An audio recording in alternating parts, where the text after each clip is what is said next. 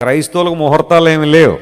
ఉన్నాయా? మనకేమన్నా ఆదివారమే మంచి రోజు, మంగళవారం మధ్యాహ్నం 12 గంటలకు మంచి రోజుగా అప్పుడే ప్రార్థన మొదలు పెడదాం, గురువారం ఉదయం 8 గంటలకి మంచి రోజు అప్పుడే దేవుని వాక్యం చదువుతారు. ఏమన్నా ఉన్నాయో మనకి? దేవుడు మాకు ఇచ్చిన ఫ్రీడమ్ ఎంత గొప్పదో తెలుసా? Now is the time. హల్లెలూయా.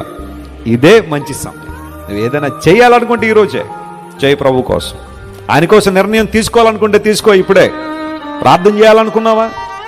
వచ్చే నెలను మొదలు పెడతానండి. వద్దు, అలాంటివి వద్దు. ఇప్పుడు చేయి. మోకాళ్ళ ప్రార్థన చేయాలనుకున్నావు, చేసేయి. వాక్యం చదవాలనుకున్నావు, బైబిల్ని పూర్తి చేయాలనుకుంటావు, ఇంకెంతండి, ఇంకో 3 నెలలు అయిపోతే నూతన సంవత్సరం వచ్చేస్తుంది కదండి. అప్పుడు జనవరి 1 నుండి మొదలు పెడేస్తానండి. ఏంటి ఎన్నిసార్లు చెప్తావా? అది ప్రతిసారి ఇంకో 3 నెలలు, ఇంకో 2 నెలలు, ఇంకో నెల అండి. ఈరోజు మొదలు పెట్టి దేవుని కోసం ఏదైనా నువ్వు చేయాలనుకుంటే స్టార్ట్ రీడింగ్ ద బైబిల్. శక్తి ఉన్నప్పుడే, బలం ఉన్నప్పుడే, అవకాశాలు ఉన్నప్పుడే దేవుని కోసం నువ్వు ఏదైనా చేయగలిగితే గొప్ప కార్యాలు ప్రభు నీ జీవితంలో చూస్తావు.